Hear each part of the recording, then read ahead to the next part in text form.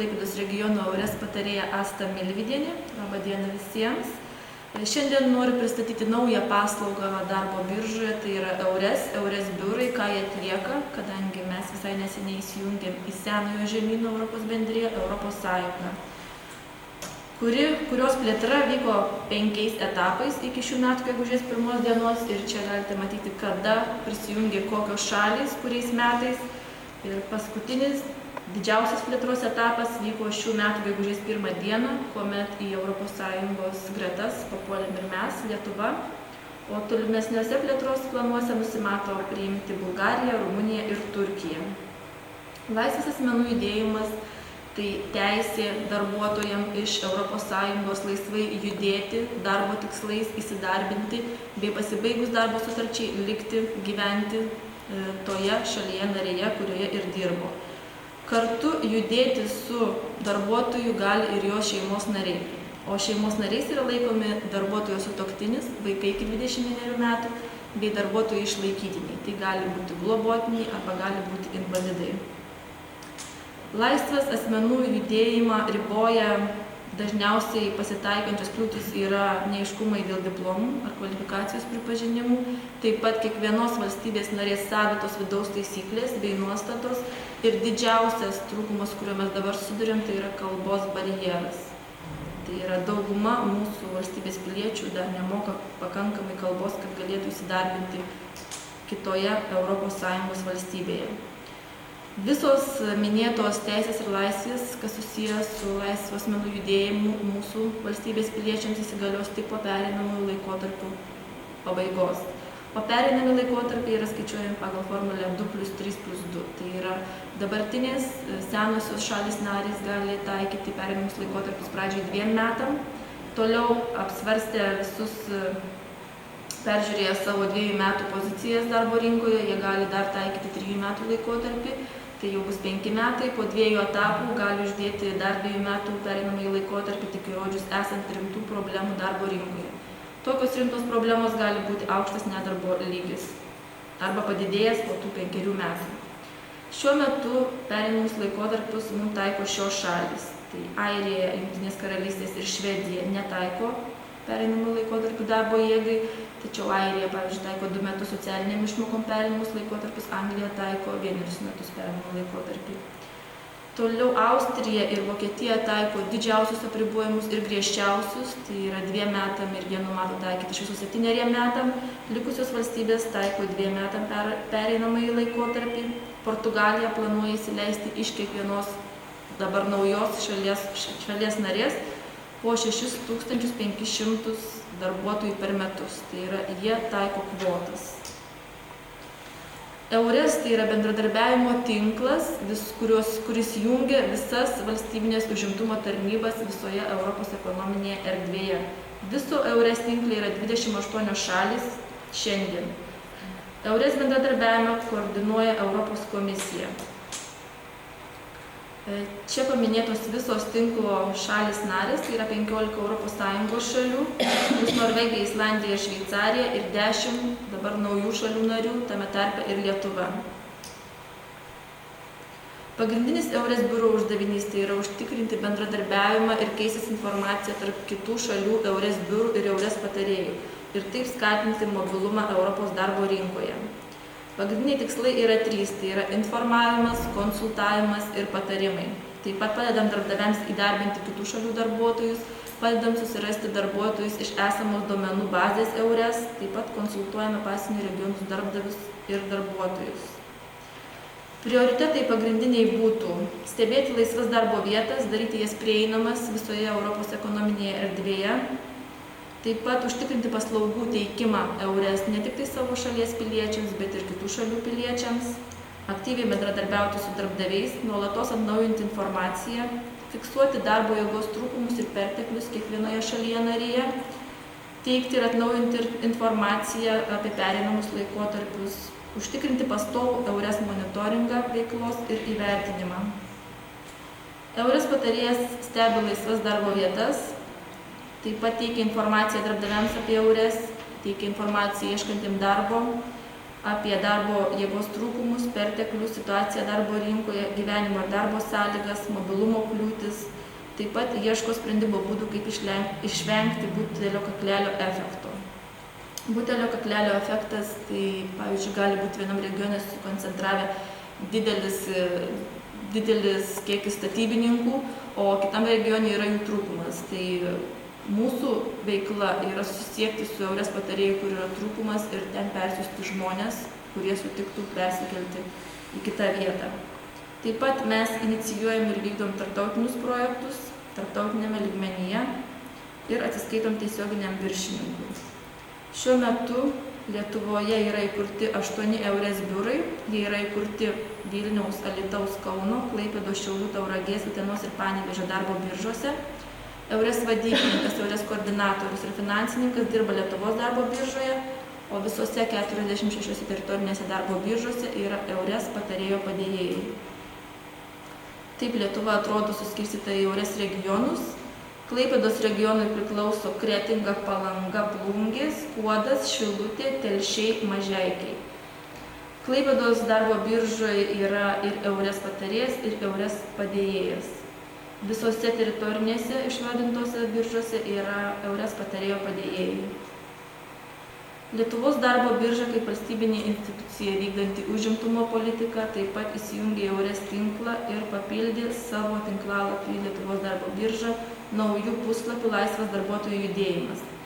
Šis puslapis yra patalpintas rubrikoje Darbas užsienyje, tai yra visai naujas puslapis ir jisai prieinamas lietuvių kalba.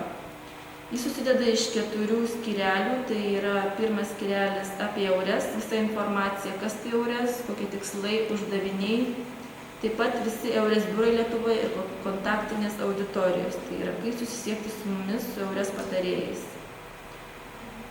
Antras skyrelis yra darbo rinkos informacija, tai yra visa informacija apie Lietuvos darbo rinką ir informacija apie ES šalių darbo rinką ir nedarbo lygius. Darbo ir gyvenimo sąlygų skyrelį yra visa informacija apie Lietuvos darbo ir gyvenimo sąlygas bei užsienio šalių darbo ir gyvenimo sąlygas. Ir 4 skyrelį yra nuorodos į užimtumo tarnybas ES šalių, taip pat yra visa informacija apie dabartinių šalių narių, naujų šalių narių užimtumo tarnybas. Iš kiekvieno šios skyrelio yra išėjimas į mūsų EURES duomenų portalą, tai yra EURES portalas, lengviausias kelias susirasti informaciją apie darbo ir gyvenimo sąlygas Europoje. Šis portalas taip pat susideda iš 4 duomenų bazių. Pirma duomenų bazė yra laisvos darbo vietos. Čia informacija atnaujinama kasdien iš valstybinių užimtumo tarnybų, iš EURES biurų. Yra tiek sezoniniai, tiek nesezoniniai darbai, tiek kvalifikuotiem, tiek nekvalifikuotiem darbuotojam visoje Europos ekonominėje erdvėje. Antra duomenų bazė yra gyvenimo prašų duomenų bazė, tai galimybė pristatyti save tiesiogiai darbdaviui, galimybė įsivesti savo gyvenimo prašymą į duomenų bazę. Trečioji duomenų bazė yra darbo ir gyvenimo sąlygos, visa informacija apie darbo gyvenimą kitoje šalyje, dokumentus reikalingus išvykimui, apie mokesčių sistemą, apie socialinę apsaugą ir kitą. Ir 4 duomenų bazė yra mokymosi duomenų bazė, tai yra pati didžiausia Ploteus duomenų bazė ir jinai prieinama jau lietuvių kalba, kur galima atrasti ir Lietuvos aukštąsias, aukštesnėsias, profesinės mokyklas.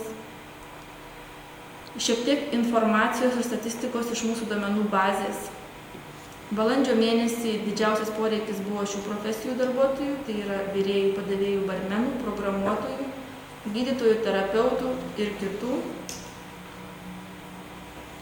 Taip pat balandžio mėnesį duomenų bazėje, gyvenimo prašų duomenų bazėje buvo beveik 58 000 gyvenimo prašų.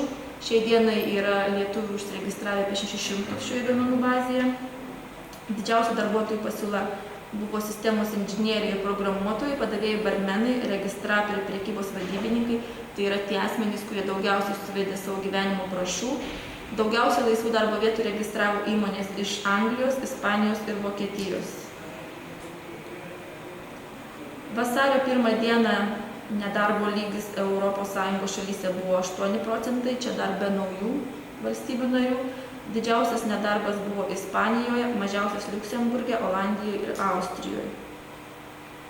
Naujose šalyse didžiausias nedarbo lygis yra Lenkijoje ir Slovakijoje, mažiausias Kiprė ir Vengrijoje. Pagal Eurostat duomenis Lietuvoje nedarbo lygis sumažėjo žymiai sparčiau nei kaimyninių valstybių. Tai yra per 3 metus Latvijoje ir Estijoje sumažėjo nedarbo lygis 2 procentais, kuomet Lietuvoje 5 procentais, o Lenkijoje ir ES nedarbo lygis šiek tiek išaugo. Ir prognozės. Prognozuojama, kad iš visų naujų šalių narių į esančias valstybės narės per 5 metus išvažiuos apie 1 procentas darbingo amžiaus žmonių. Tai maždaug 220 000 asmenų. Potencialus migrantas tai yra jaunas žmogus, turintis aukštą išsilavinimą arba studentas ir, kaip teigia Eurostat duomenys, tai bus daugiausia moterys. Iš viso bedarbių emigruos tik tai 2 procentai. Jeigu reikia informacijos, jeigu ieškote informacijos, galima kreiptis tiesiogiai į mane. Tai yra EURES patarėja Klaipėdos regione, skambinti piliečių ir kitų asmenų aptarnavimo vienodu telefonu, taip pat darbdavių telefonu, bei ieškoti jau minėtos tinklalapiuose informacijos.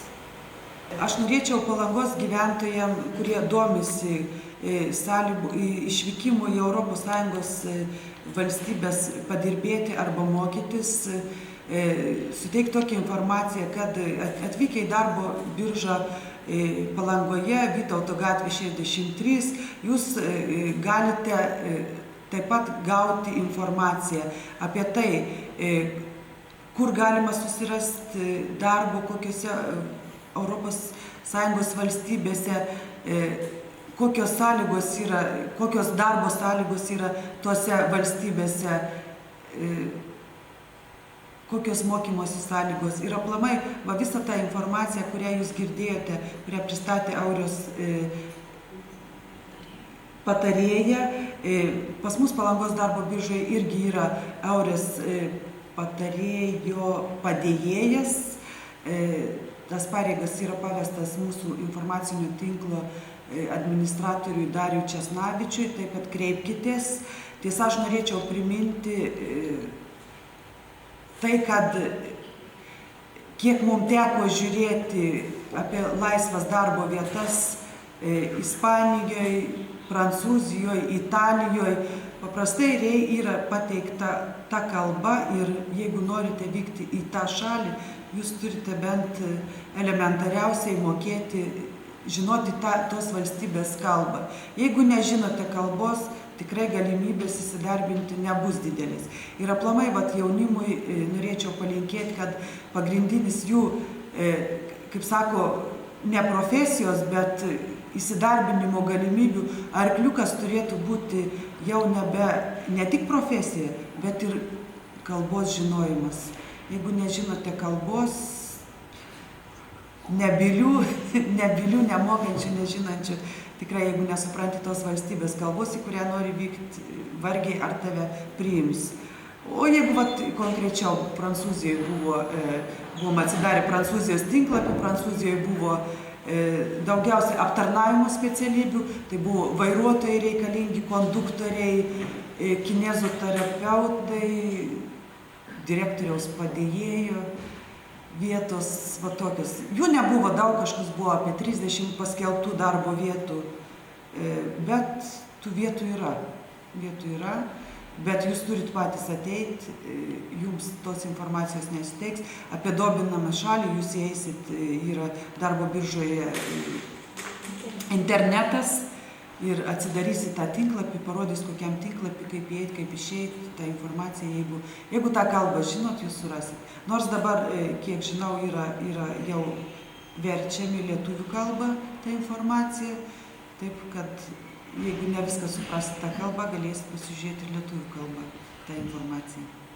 O šiaip Palangoje nelabai yra tas didelis toks susidomėjimas apie išvykimą dirbti į ES valstybės po įstojimo į ES.